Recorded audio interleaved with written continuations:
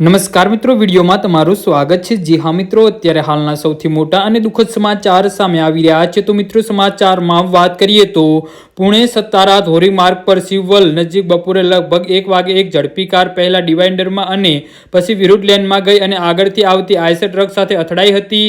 આ અકસ્માતમાં તાલેગાંવ, દાભાડે અને માવલ વિસ્તારના 4 યુવાનોના ઘટના સ્થળે જ મોત થયા છે, જ્યારે 2 લોકો ગંભીર રીતે ઘાયલ થયા છે।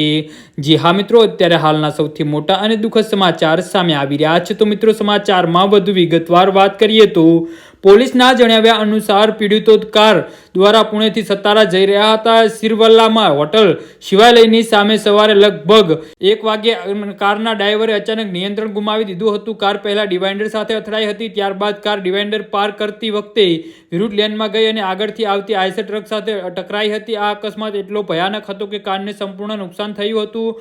ફસાયેલા મુસાફરોને બહાર કાઢવા માટે કારના દરવાજા કાપવા પડ્યા હતા। આ ઘટના બાદ સ્થાનિક લોકો ઘટના સ્થળે દોડી આવ્યા હતા અને પોલીસની ઘટનાની જાણ કરી હતી। જે હા મિત્રો, તો આના વિશે તમારું શું કહેવું છે તો નીચે અમારી કમેન્ટ બોક્સમાં જરૂરથી જણાવજો અને અમારી યુટ્યુબ ચેનલને સબસ્ક્રાઇબ કરવાની ભૂલતા નહીં। ધન્યવાદ।